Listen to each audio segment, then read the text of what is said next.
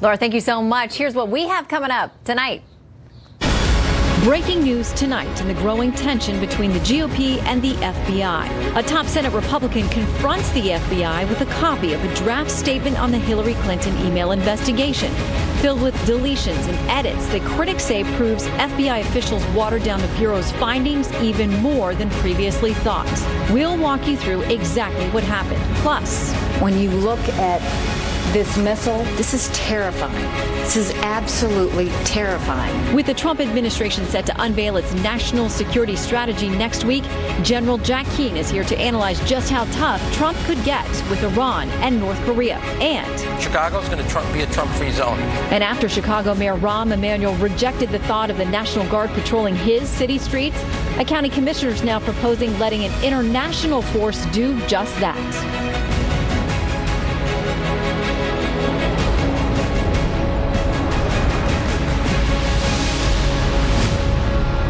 Hello and welcome to Fox News at Night. I'm Shannon Bream in Washington.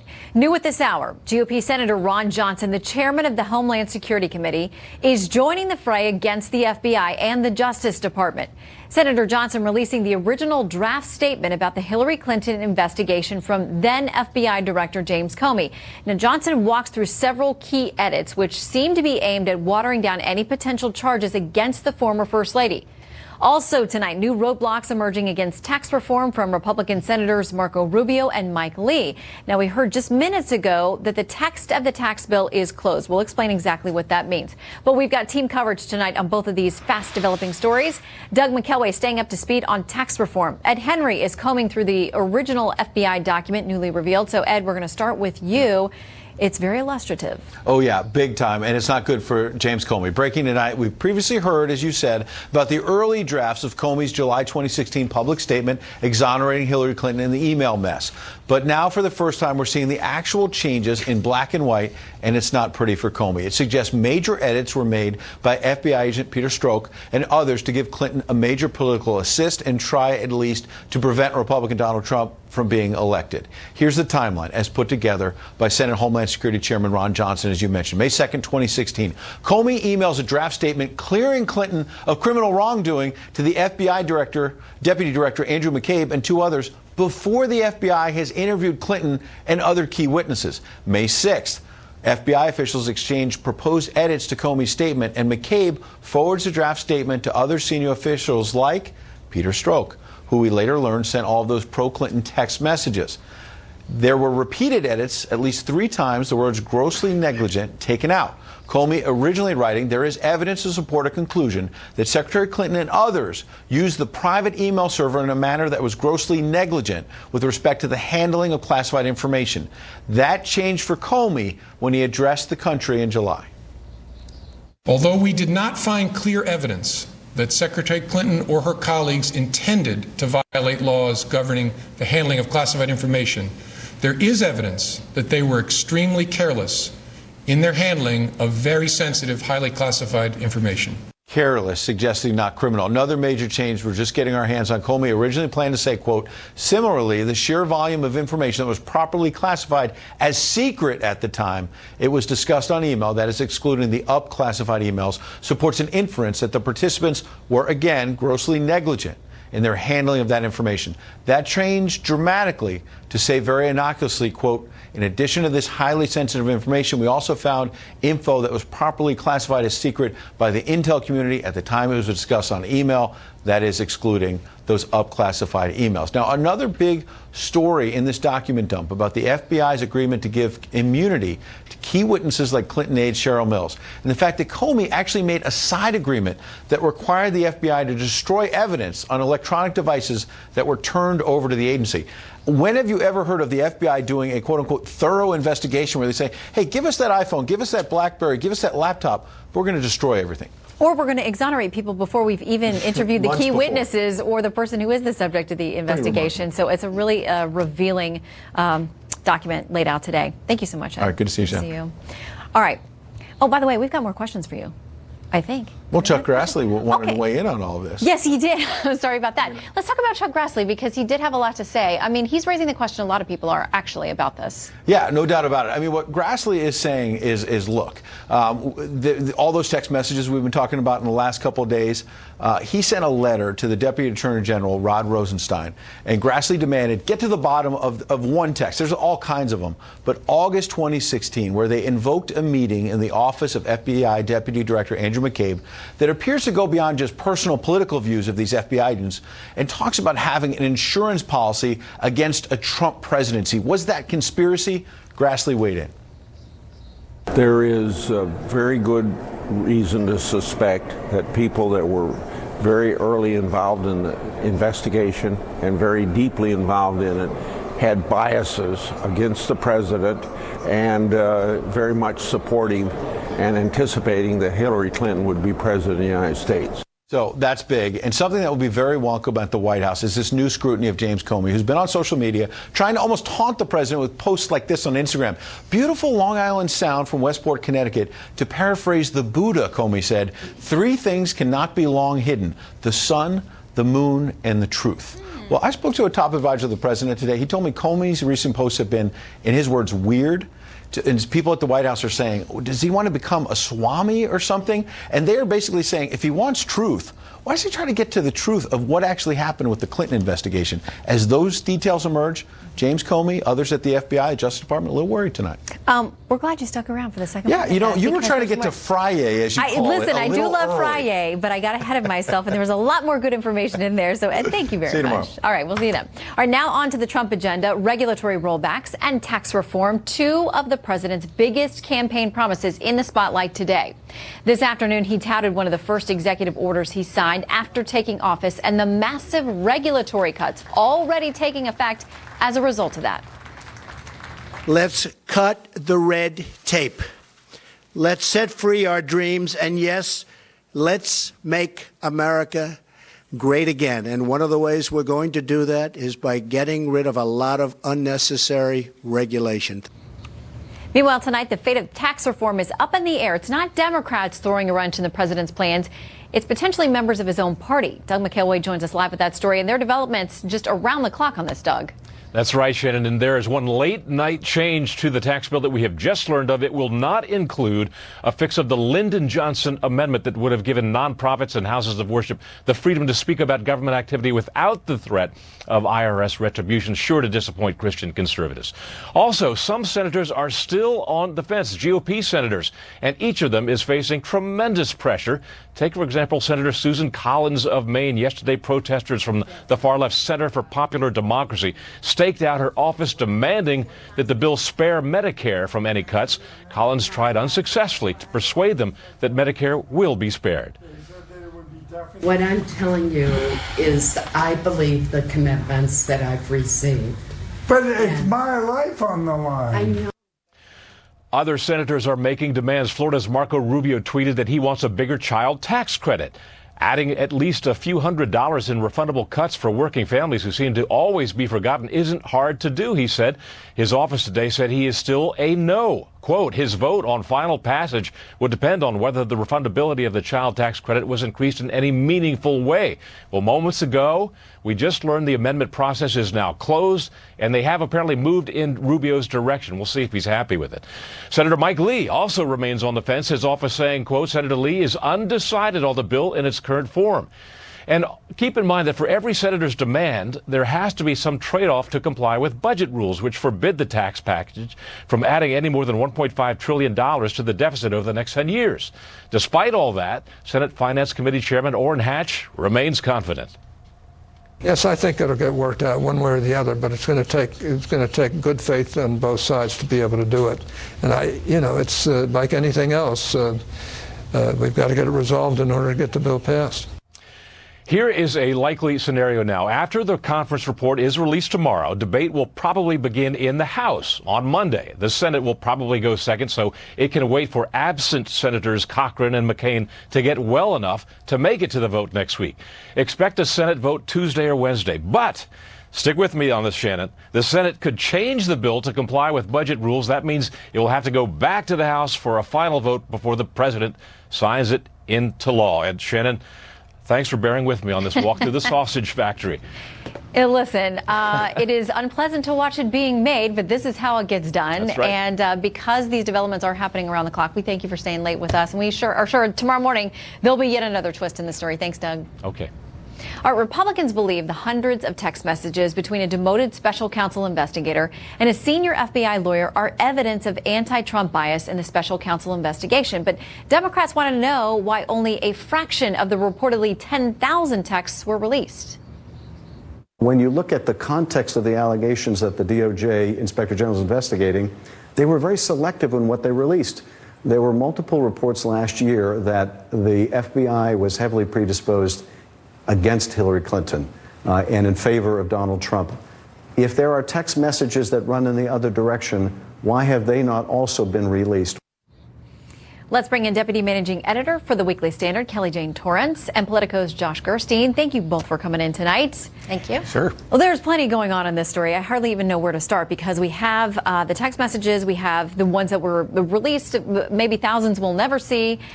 We have this FBI letter coming in tonight from Senator Johnson that seems to outline ways that the original draft statement about Hillary Clinton was edited and changed in a way that was, Josh, a lot of people would argue very favorable to her. Right. I mean, the other thing I think the FBI was trying to do when they changed that statement as time went on was try to explain what they were doing to the American people. I think they had decided as far back as May that there were not going to be any charges in this investigation. And to make a really tough statement and then not file charges was going to put them in a very awkward position. And so you saw people like Peter Strzok and probably others trying to water down the statement. It may have not been for purely political reasons. It may have been simply so that they didn't look like fools in, denouncing some outrageous activity and then saying, by the way, we're not going to bring any charges. So when we get this draft letter today, though, that seems to walk through taking out specific language, grossly negligent, reducing some of the impact of what the intel community had said about potentially bad actors accessing her private server. And then we have these tweets from former FBI Director James Comey where he's talking about he can't wait for the truth to come out. How do you think he's feeling about the release of this document? I mean, he knows what happened, or at least he should know. I mean, obviously this was sent to subordinates for their comment, but obviously he's ultimately responsible. And I have to say the letter, I mean, it's a very well-prepared, well-reasoned query about these things, and taken together, it seems pretty like a searing indictment to me of how the Bureau handled this. And, I could see them saying, well, when we started drafting the letter, we had certain information, but then we got more that changed, so we had to change the letter. But if you look at a lot of the things that were changed, to give one example, it talked about the sheer volume of information that was classified secret on Hillary Clinton's email server. Well, the draft ended up getting changed to just there was some stuff that was classified secret. Now, it seems unlikely that they discovered that there was less stuff classified secret than they thought at the beginning. So I think they're going to have a hard time answering some of these questions. And, perhaps Mr. Comey might think about a serious response rather than trying to beat Trump at the Twitter game. He spent some time on Capitol Hill. Either of you think he heads there again or is requested to return to the Hill over this letter? Or the investigation? I mean, I think there'll be some requests, but I think we're looking at a period of 3 to 4 months before this Inspector General review comes out. And you're going to continue to have requests both like this letter and like Adam Schiff's comments that where are the rest of these text messages? We're going to see a drumbeat of requests. And now the Justice Department has put them in a position, themselves in a position where they may have to respond and put out dribs and drabs of information all in advance of any formal conclusion about whether anybody did something wrong. So it could be a very interesting and prolonged 3 to 4 month wait for this report. We've also got to wait now on this tax bill that we were just talking about, whether that gets done. We've seen the dates move a little bit. I mean, the administration seems very determined to get this done by the end of the year. Do they, now that they have a couple of these GOP stragglers? And honestly, the health of a couple GOP senators in question about whether they'll be here and able to vote. Of course. Yeah, no, that's something that, you can't force someone to get better. But I have to say, I think, people like Marco Rubio are doing a bit of grandstanding. GOP senators already knew that each one of them individually had a fair amount of leverage given how tiny that minority is. Well, given now that it looks like that minority is going to be even smaller starting at least in January, if not a bit sooner, I think each one's realizing, hey, I have even more leverage now. I'm going to see what I can get out of this. And, with Marco Rubio, that child tax credit, it already was made more generous than the House version. And, he got some part of what he wanted. So I think it's a little bit of game playing and making a bigger name for for himself even with this right now. It sounds like our senior reporter or producer on the Hill, Chad Pergram, is saying that things did, quote, move in Rubio's direction as they close this down tonight. Josh, did they get it done before Christmas or by year's end? I think they will get it done, and I think what you're seeing also from Rubio and other senators that are putting on pressure to try to alter this at the last minute is them trying to manage potential downside from this bill. If people are going to say, well, it's too much of a giveaway to the rich, if they were in there at the last minute saying, can we sweeten this more for the middle class, for the lower middle class, for lower income workers, they can say we put up a good fight, we got some improvements, and therefore don't blame me if you don't like every aspect of this bill. All right. Well, Josh Gerstein and Kelly Jane Torrance, great to see you both. And we'll all stand by. Who knows? Maybe we'll be doing this for Christmas. All right. Well, today on Capitol Hill, House Minority Leader Nancy Pelosi said that the Republican plan to fund the government moving forward was, quote, not going to fly. Now, this is just one of the latest hurdles because last week Congress narrowly avoided a shutdown with an interim funding resolution that lasts through December 22nd. Well, the Senate Majority Leader Mitch McConnell is saying tonight he's confident there is no chance of a government shutdown. He says Republicans and Democrats, neither one of them want it. All right, House Speaker Paul Ryan trying to dispel rumors of his departure today, saying he's not leaving Congress anytime soon. Some reports were speculating that Ryan would resign after approval of the tax bill, which we do think will happen next week, or after the 2018 midterm. Stay tuned. Well, news in the war on terror, raids against ISIS net 4 suspected terrorists. Details straight ahead. And President Trump set to unveil his national security strategy next week. Just how tough will he get on North Korea and Iran? General Jack Keane joins us next.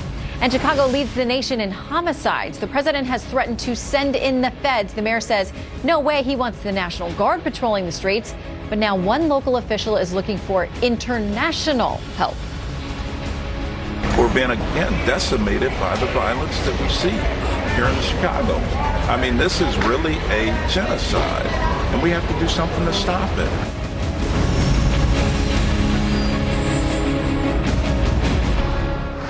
Brand new ISIS threats for New York City during the holidays, coming just days after a failed pipe bomb attack in a busy transit hub. The terror group also threatening, quote, showers of bullets on America. Meanwhile, a Long Island woman was indicted today after she allegedly laundered more than $85,000 through Bitcoin overseas to the Islamic State. Federal officials say she planned to join ISIS in Syria. Well, President Trump spoke with Russian leader Vladimir Putin on the phone today. The Kremlin says they talked about bilateral relations in North Korea.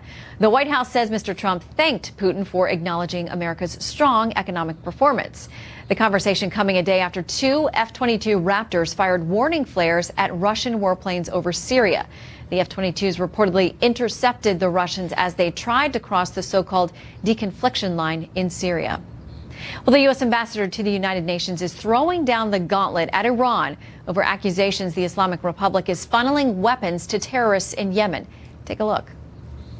These are the recovered pieces of a missile fired by Houthi militants from Yemen into Saudi Arabia. The Iranian Guillaume missile is the only known short-range ballistic missile in the world that lacks such stabilizer fins and includes 9 valves that you will see running along the length of the missile.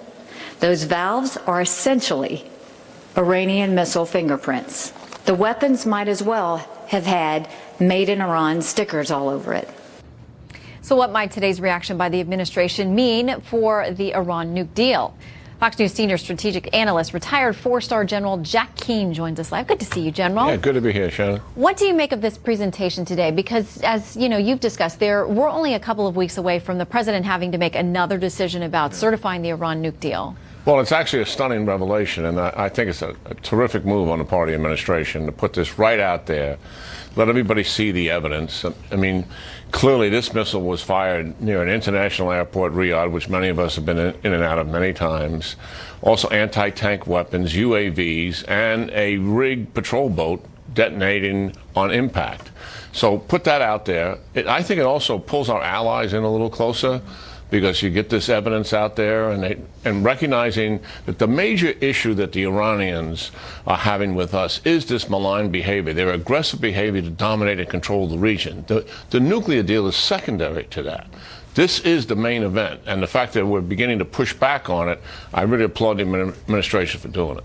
Well, no surprise, the Iranians had something to say about that. A statement from the Iranian mission today said, following a series of baseless accusations against the Islamic Republic of Iran in the past 10 months, the U.S. ambassador to the UN once again today took the same line, accusing the Iranian government of supplying the missile that hit Saudi Arabia on 4 November, an accusation that we categorically reject as unfounded and, at the same time, irresponsible, provocative, and destructive. They actually went on to say that this evidence was, quote, fabricated. What else could they say?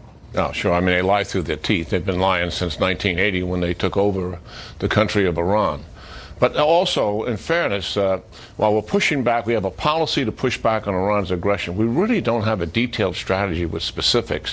What are we going to do about Iran's domination of Syria, the land bridge that they're forming from Iran through Iraq, through Syria to Lebanon, the political influence they have in Iraq at U.S. expense, 150,000 Shia militia that are working for the Iranians inside of Iraq, some of which are now on the border between Syria and Iraq. We've got to have a strategy to deal with this, and also a strategy to deal with this problem in Yemen in supporting our allies, the Kingdom of Saudi Arabia and also the UAE. And so many of these actors are connected. And when we look more broadly, even North Korea, I mean, the concern about each of these places developing their own nuclear programs is that they would share and you know, help with others who are not exactly our friends. Interesting today, Senator Lindsey Graham is quoted in The Atlantic as saying this about how our relationship is moving with North Korea. He says, I would say there's a 3 in 10 chance we use the military option. He predicted, he said, if the North Koreans conduct an additional test of a nuclear bomb, this would be their 7th, he said, I would say 70%. Do you think that's where we are? Well, I don't know about the percentages, but I do know this. I mean, clearly, we're heading towards a showdown here.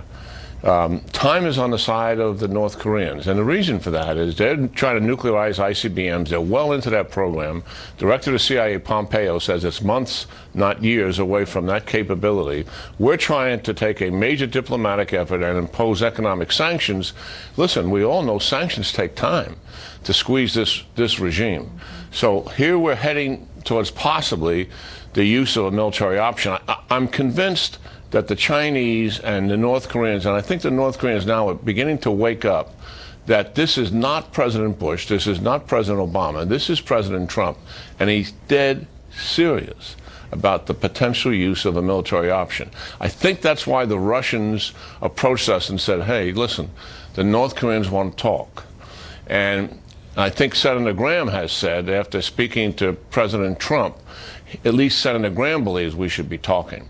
Well, listen, the North Koreans have used talks in the past to advance their agenda. That's been their modus operandi.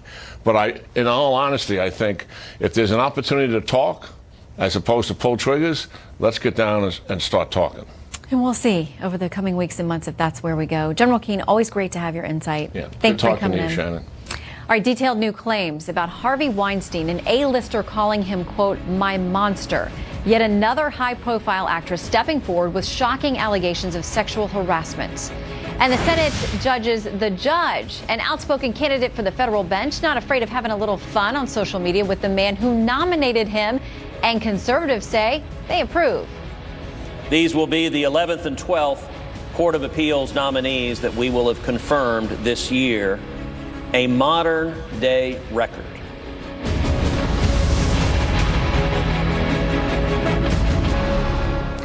The president and the GOP-controlled Congress may have trouble getting much of their domestic agenda passed, but to many social conservatives who focus on hot-button issues like abortion and religious liberty, there's an even bigger issue at stake. And they say the president is delivering. His breakneck success on getting judges confirmed to the federal bench has many on the right cheering and many on the left sounding the alarm. Another day, another judicial nominee getting Senate approval. The Republican majority just hours ago confirming James Ho to a New Orleans-based federal appeals court. The former Texas Solicitor General joins Texas Supreme Court Justice Don Willett to the lifetime position. Senator from Texas. Their home state senator offering this praise. These will be the 11th and 12th Court of Appeals nominees that we will have confirmed this year. A modern-day record. Willett, a finalist for the Supreme Court seat that went to now Justice Neil Gorsuch, has long attracted attention, especially for his off-bench reputation as the so-called Twitter laureate.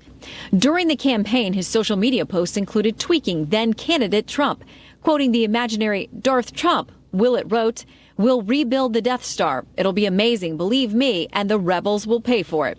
And low-energy Trump University has never made it to March Madness or even to the NIT. Sad.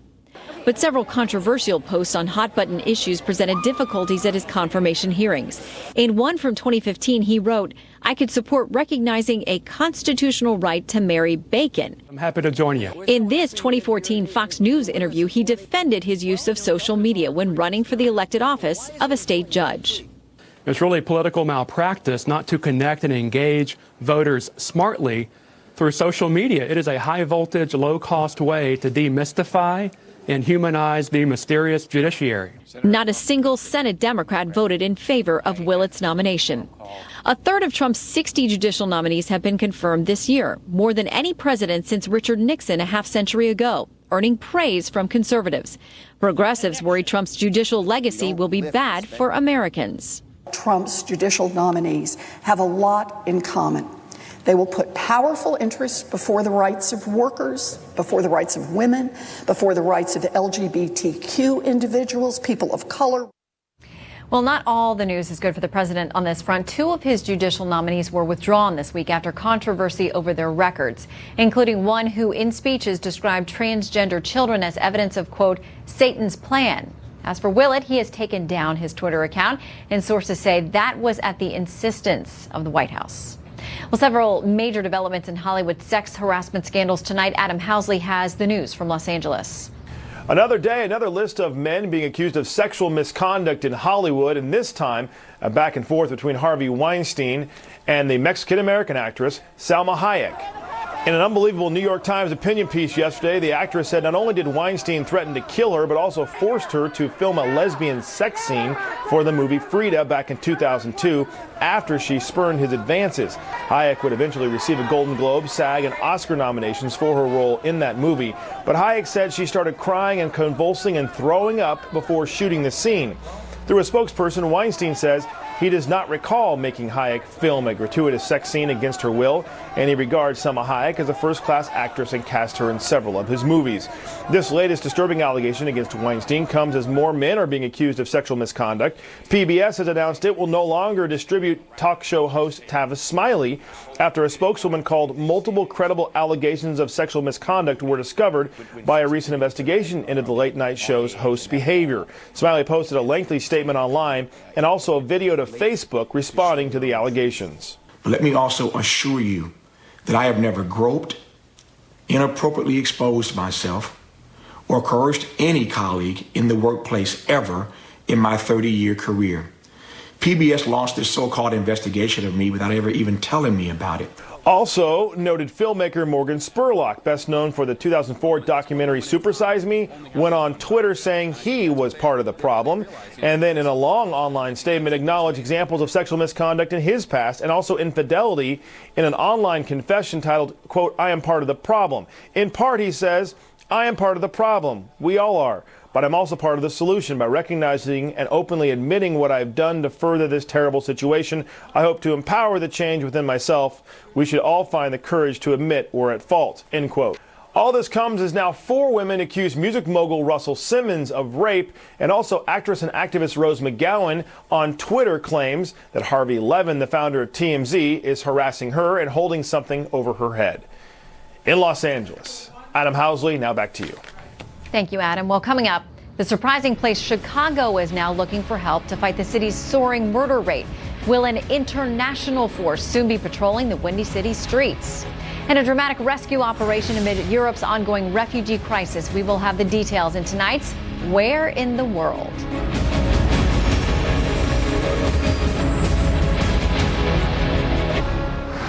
You'll remember President Trump offered to provide federal help to Chicago to reduce its homicide rate, one of the highest in the nation. Well, the city's Democratic mayor, Rahm Emanuel, said no way he wanted the National Guard roaming the Windy City. Well, now Cook County Commissioner Richard Boykin is proposing a bold idea. He's calling for United Nations peacekeepers to come and patrol the streets of Chicago. Boykin flew to New York today to discuss his request with a UN official. Listen to this. I'm hoping to appeal to the UN to actually come to Chicago and meet with victims of violence and maybe even possibly help out in terms of peacekeeping efforts. Well, joining me now to discuss that, Fox News political analyst Gianno Caldwell. Great to have you with us tonight, Gianno. Thank you for having me, Shannon. Listen, you, more than most people know and have a personal connection to just what's going on in Chicago, and it's really heartbreaking. Yeah, this is not just a personal topic for me. This is a very emotional one. During Memorial Day weekend, I got a call from a family member who said that my younger sibling was in a car with two of his friends on the south side of Chicago, and two men walked up to that car and riddled that car with 25 bullets. Thankfully, my little brother lived. However, his best friend died in his arms, right in front of him. This instance of violence in Chicago isn't something that just has impacted my family, but many families in Chicago. Over almost 35 people just in this year alone have been shot. Over 600 people have been murdered in Chicago. 80% of those folks happen to be African American, and it's really troubling that we have a mayor in Chicago who has demonstrated that black lives don't matter to Rahm Emanuel, black votes matter to Rahm Emanuel. And I want that to be very clear. Black lives don't matter to Rahm Emanuel, black votes matter to Rahm Emanuel. And that's been demonstrated through a number of instances, whether it be him withholding a Laquan McDonald tape unjustly just so he can win re-election, or him saying, hey, instead of me focusing on the violence that has impacted 80% of the African Americans in the city, let me focus on the city's sanctuary status. So this has become very troubling for many of the Chicagoans, and I applaud Commissioner Boykin for having an out-of-the-box strategy, at least seeking information that can potentially help, save, and keep safe many of the residents in Chicago who deal with violence, gun violence, or whatever else on a very daily basis. Yeah, and you know, of course, he and the president have been, the mayor and the president have been very combative. They have many differences on a number of topics. He didn't want the National Guard on the streets there, thought that it wouldn't be helpful. They have accepted some additional ATF agents that are there and trying to work on some of the gun issues. But the idea of UN folks with blue helmets roaming the streets of Chicago, for a lot of Americans, that is not something they're prepared to take on. Do you think that there is the good could outweigh the bad with that? I mean, the thought of an international force coming in to patrol a U.S. city is not very popular.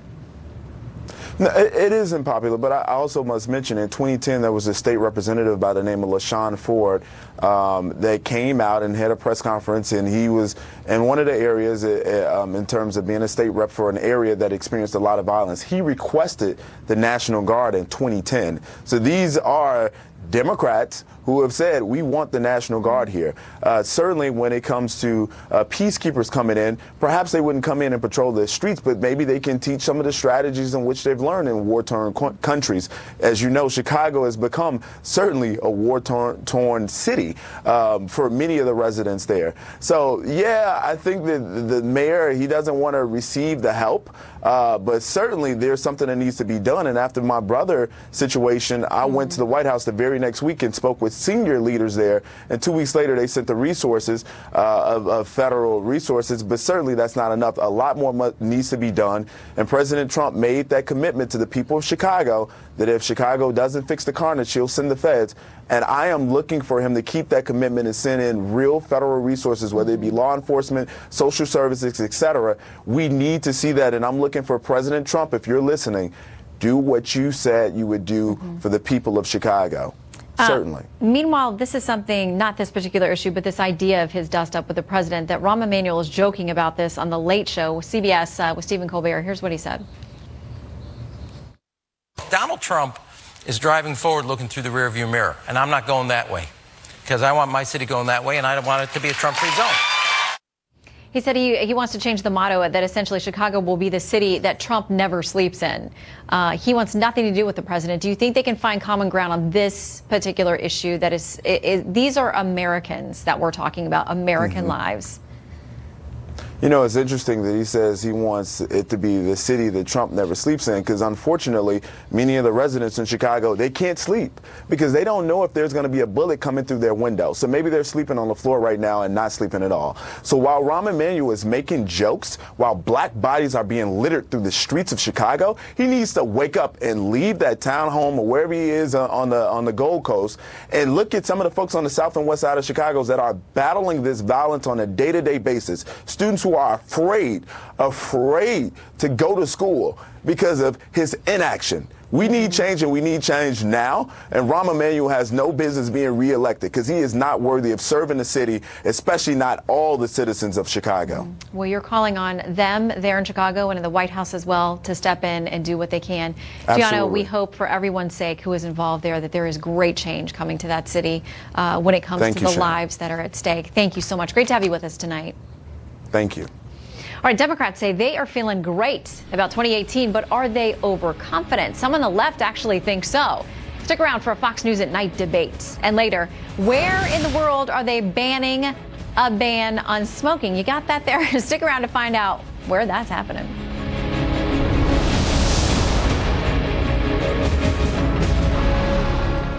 Judging by the coverage since the upset win in Alabama by Democrat Doug Jones, you would think the GOP should just go ahead and give up on 2018. Take a look at some of these headlines. Has Roy Moore doomed Donald Trump? The Republican nightmare is just beginning. The suburban revolt against Trump continued in Alabama. So how confident should Democrats be at this stage? Is that level appropriate? Well, tonight's political panel is staff writer for The Federalist, Bree Payton, and former director of strategic communications for Hillary Clinton, Adrienne Elrod. Great to have you both with us tonight. Thanks, Shannon. Thank you. You too.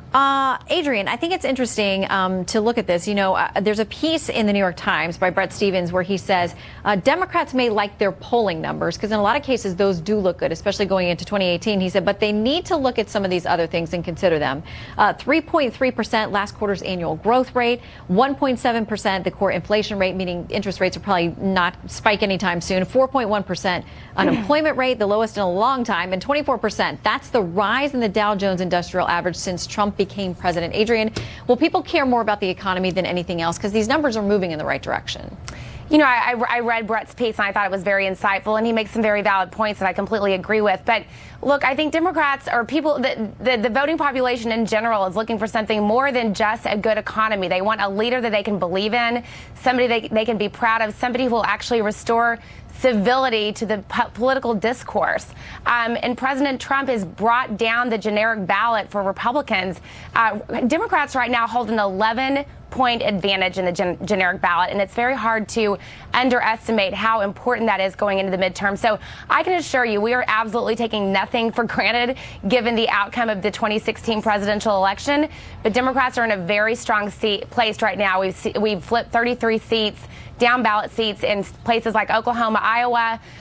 We obviously just won a statewide race in Alabama, the first time a Democrat has carried that state statewide in 25 years. So we're taking nothing for granted, but we're also in a very good place right now. Well, Bree, you know, Adrienne, she talks about the generic ballot there. The Democrats have an 11-point average, but we often find in polling that when you ask people how they feel more generically versus their specific congressperson, there can be some different feelings and different polling about that. But how do Republicans turn around that number? Can they for next year's midterms? Very important. That's a great question. I've been, you know, the whole narrative surrounding the Alabama election and what happened there has been honestly really frustrating to me because I don't think that race was about Donald Trump at all. I think it was about establishment Republicans mucking things up. I mean, Mitch McConnell got very involved throughout the primary process in a very ham-fisted way and dumped millions of dollars in that state trying to astroturf out Tea Party, you know, conservative Republican Mo Brooks in order to, you know, prop up this lousy establishment candidate. And I think the rejection of Mitch McConnell's involvement is the reason why we got Roy Moore as a candidate in the first place. And I think, you know, he was a very deeply flawed candidate and ultimately he lost. And I think Doug Jones's victory and that loss of a Republican seat lies squarely at the feet of Mitch McConnell. And I definitely have to agree with Adrienne that Democrats have a lot of momentum right now. And I think that that's due to feckless Republicans not able or being completely unwilling to deliver on the repeated promises that we've made. I mean, we're a year into them having a majority in both houses and a Republican as a president. And listen, Obamacare is still the law of the land, and they're still squabbling over this tax bill. So, I mean, you know, conservative voters, why would they be motivated to keep these people in power? They're clearly not motivated and are totally unwilling to do the things that they have promised. Well, and as often happens in a president's first term, those first elections that happen next, the midterms, generally don't go well for the party in power in the White House. So we'll watch and see. A million things can happen between now and next November. In the meantime, Bree and Adrienne, great to have you both. Thank you. Thank you, Shannon. All right, where in the world? All in about 1 minute. Amid the ever-present threat of terror during the Christmas holidays, German police searching 9 properties tonight in Berlin and elsewhere. The raids involving 130 officers were part of an investigation against 4 people on suspicion of membership in ISIS or preparing an attack. In Turkey, the Coast Guard launching a dramatic rescue operation to evacuate migrants stranded on the rocks in the Aegean Sea. 51 of them attempted to illegally cross to Greece on a rubber dinghy. Helicopters dropping food and blankets by night before waiting for daylight, so in those rough seas they could attempt a rescue. And smoke 'em if you got 'em. The incoming Austrian government says it will scrap a law banning smoking in all bars and restaurants. Instead, a new law would allow for areas for both smokers and non-smokers so long as they are divided by a wall. Well, an exit that could be made for reality TV by a former reality TV star. What Omarosa is saying about leaving the White House. That's next. We're learning a bit more tonight about the abrupt exit of White House aide Omarosa Manigault.